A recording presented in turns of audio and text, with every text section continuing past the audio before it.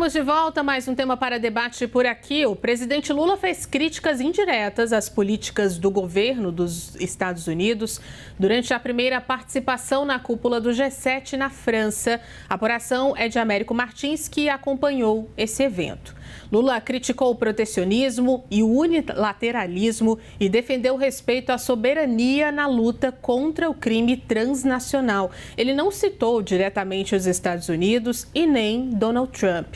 Mas a fala aconteceu frente a frente com o presidente norte-americano, que estava do outro lado da mesa e vem dias depois da decisão da Casa Branca de classificar PCC e Comando Vermelho como grupos terroristas.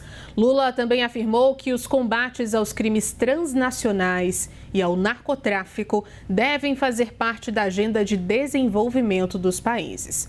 Antes do discurso, Lula e Trump participaram da sessão de fotos com os líderes do G7, a chamada foto de família. E apesar da expectativa por um encontro, ou ao menos uma conversa entre os dois líderes, eles nem se cumprimentaram. Vamos voltar ao debate. Cardoso, Lula defender soberania no G7 distancia o Brasil dos Estados Unidos ou não? Veja, quando você está diante de um líder com propensão autocrática como Donald Trump, você tem duas posturas possíveis, eu não vejo uma intermediária. Ou você é subserviente, estende o tapete ao autocrata para que ele passe por cima do seu território e fique jogando lantejoulas em homenagem a ele, ou você demonstra altivez, dizendo: este país não aceita que alguém de fora comande o nosso território. Nós vimos da propensão do Jair Bolsonaro no passado a ter essa subserviência. Um verdadeiro complexo de vira-lata que amesquinha o Brasil e diz que tudo tem que ser feito em homenagem ao nosso chefe Donald Trump. Bater continência para ele, bater continência para a bandeira dos Estados Unidos da América, é como se nós fôssemos os subservientes de um país estrangeiro. Ora, Lula não tem essa postura, e eu acho que a postura correta é esta.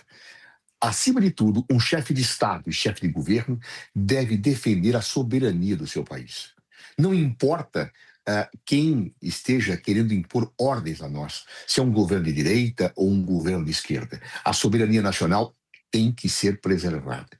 Se eventualmente defender a soberania nacional afasta algum tipo de relação com uma potência, isto não é um problema de quem defende a soberania, é um problema de quem é autocrata. Ou seja, eu não posso me submeter a certas questões. Por exemplo, Donald Trump ameaçou o Brasil de sanções por causa do nosso PIX, porque entende que o nosso PIX efetivamente estaria atingindo os interesses de empresas dos Estados Unidos da América que operam com cartões de crédito. Está atingindo interesses? Isto é um problema dessas empresas dos Estados Unidos. Os brasileiros gostam do PIX, querem o PIX e não podem aceitar qualquer tipo de sanção ou interferência por força de decisões que nós tomamos aperfeiçoando as nossas relações comerciais. Isto é um absurdo.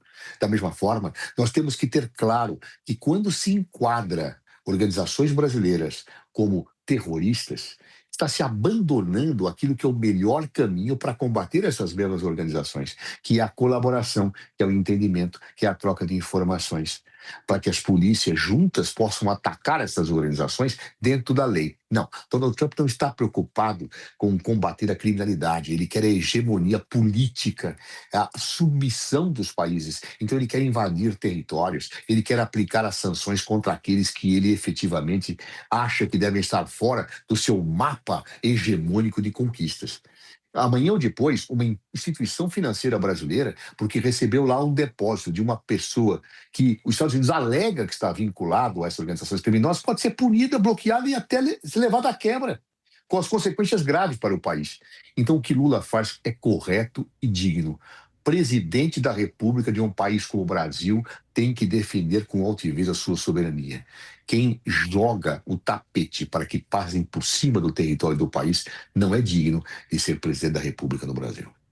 Ana Amélia concorda? Essa defesa de Lula à soberania nesse encontro de chefes de Estado distancia ou não o Brasil dos Estados Unidos?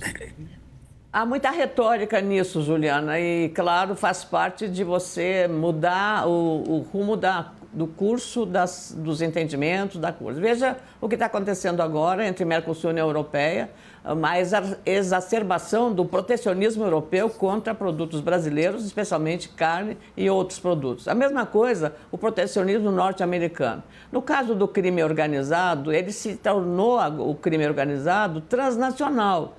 O representante das polícias da União Europeia deu uma entrevista longa a um jornal brasileiro falando que a participação do PCC e do Comando Vermelho, ele não emitiu juízo sobre considerá-los grupos terroristas, mas um juízo que faz o que pensar. Por serem grupos transnacionais, o Brasil, com essas duas facções criminosas, estão servindo de logística exatamente para o tráfico de drogas. E aqui o que tem visto no Brasil é uma atuação cada vez mais intensa da droga entrando no Brasil e saindo do Brasil, vindo do Panamá, vindo dos países da América do Sul, aqui, nossos vizinhos, e o Brasil sendo uma passagem para a droga que vai para a Europa, para a África e para outros continentes. Então, a logística oferecida pelo PCC e pelo Comando Vermelho, creio que justificam o tratamento, o que a própria população brasileira, que é vítima, uma grande parte, sobretudo quem vive nas periferias das cidades, nas comunidades favelas, nas grandes cidades brasileiras, elas são as primeiras vítimas e que o governo deveria proteger e não faz. Então, ela está sendo protegida exatamente pelos comandos criminosos dessas facções.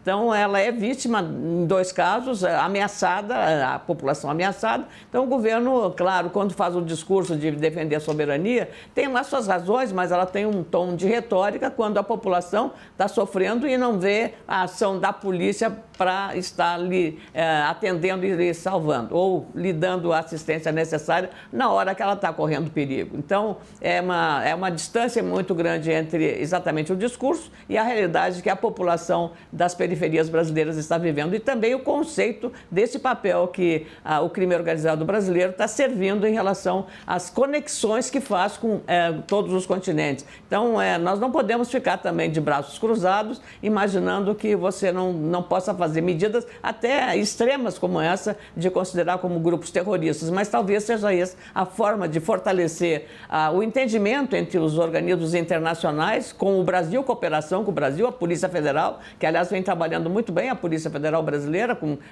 especialistas, com investigação, com tecnologia, mas você precisa avançar muito mais investimento. Então, creio que é preciso fazer o nosso papel para evitar de você ficar na retórica e não tratar do cerne da pressão, que é o aumento do crime organizado e do tráfico de drogas, entrando em várias, inclusive nos poderes da República Brasileira, Congresso Nacional, inclusive Poder Judiciário e outros tantos, Poder Executivo também.